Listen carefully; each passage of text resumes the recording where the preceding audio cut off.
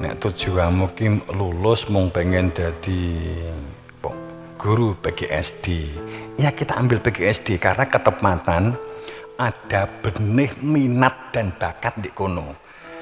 Ada minat bakat di kimia, ada minat bakat di pertanian, oke. Tapi jangan memastikan nanti harus ahli kimia, jurusan kimia harus menjadi ahli kimia, jurusan mesin jadi menjadi ahli mesin kan gitu. Ada ahli mesin, tapi dia menjadi pelawak hebat, cak lontong kan, alumni ITS. Jadi menetapkan tujuan dan berlatih untuk tidak menjadi orang yang keras kepala, yang kaku, mudah marah. Jadi kalau kita dengar pemainnya kelas 12, jurusan apa sih seharusnya yang cocok gitu. Apa yang minat yang kamu akan ambil. Tapi saat ada masukan, berlatihlah terbuka. Jadi kalau ada masukan, sikap awal yang harus kamu miliki.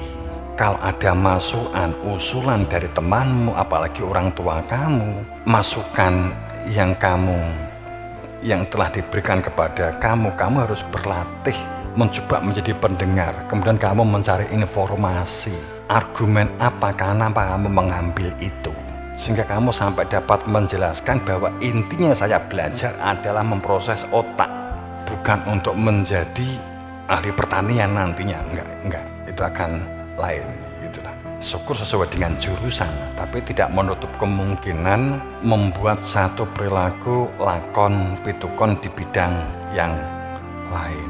Itu kan tidak sedikit, faktanya kan seperti itu. Sebagai contoh kan begitu. Contoh untuk menjadi orang yang tidak kaku pada saat ada masukan, itu sebuah bantuan untuk kita berpikir, gegek usulan ini benar. Kemudian menyelami usulan temanku apa sih, orang tuaku maunya apa sih, kamu coba menyelami, kemudian kamu membuka terkait dengan isi usulan itu seperti apa. Jadi nggak langsung mentang-mentang keras, pokok ini prinsip, padahal itu bukan prinsip. Yang prinsip itu tahu tujuan hidup, untuk apa hidup. Thayyib itu la ilaha illallah, orang yang mengetahui kepastian tujuan hidup, tahu jati diri fitrah manusianya, mengetahui Tuhannya, atau dibalik, untuk mengetahui Tuhannya, ya, mengetahui Tuhannya maka mengetahui jati diri fitrahnya.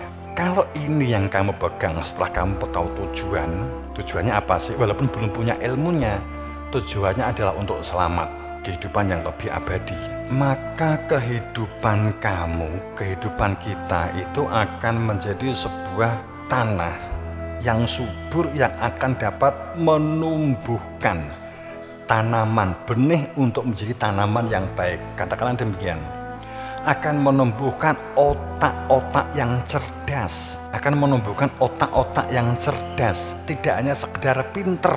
Mohon maaf kalau jika saya merefleksikan, saya tidak ingin punya anak-anak, katakan kalau ini saja anak kandung, keponakan begitu. Saya nggak ingin punya anak dan keponakan, punya anak begitu. Kalau kita ngomong saudara yang hanya pinter tapi nggak cerdas gitu. Pinter akademik, bangga dengan nilai rapot, bangga, tapi tidak cerdas. Orang bodoh itu orang yang tidak cerdas. Bisa jadi pinter, dan orang yang tidak cerdas, yang hanya pinter itu cenderung orang yang kaku. Kalau kamu diberi nasihat, kemudian yang maju itu arogan, merasa lebih tahu, kemudian mencoba mencari supaya dapat melakukan pertentangan. Saya punya teman lebih parah lagi gitu. Jadi dia ingin sekolah di hukum hanya karena supaya bisa mencari bahan bantahan kepada orang lain, supaya dapat membantah si A, si B, begitu saja. Itu sebenarnya tujuan konyol, hanya suka karena supaya punya narasi, terjadi argumen, itu konyol. Faktanya bisa jadi nggak ketemu seperti itu, yang ada nggak pernah bisa puas, yang ada nggak akan pernah bisa membahagiakan diri. Pada saat kita berbicara tentang dengan yakhruju nabatuh bi'idzni rabbih, jadi tanaman menjadi tanah yang subur yang akan memunculkan benih-benih berpikir nalar, rasional. Kalau boleh saya ngomong ke anak-anakku, santriwan-santriwati semuanya, bahwa memiliki sebuah mental. Mergo persaingan kamu menjadi kompetitor yang saat zaman ini akan semakin berat yang kamu hadapi.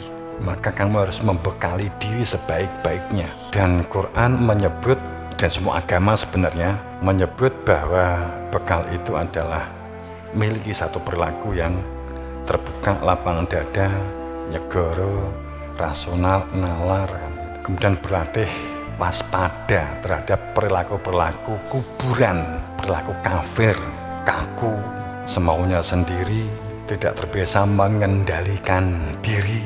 Itu hal yang sepele. Mengendalikan diri itu hal yang sepele sekali. Akan tetapi dampaknya akan sangat besar dalam membentuk kepribadian seseorang. Sepele mengendalikan diri. Ingin jajan, kamu berlatih mengendalikan diri. Mergo wis jajan, kamu mengendalikan diri. Itu hal sepele, tapi sesungguhnya dampaknya sangat besar dalam kepribadian seseorang. Ya sampai perintah puasa kan, karena kan pengendalian diri dan sabar.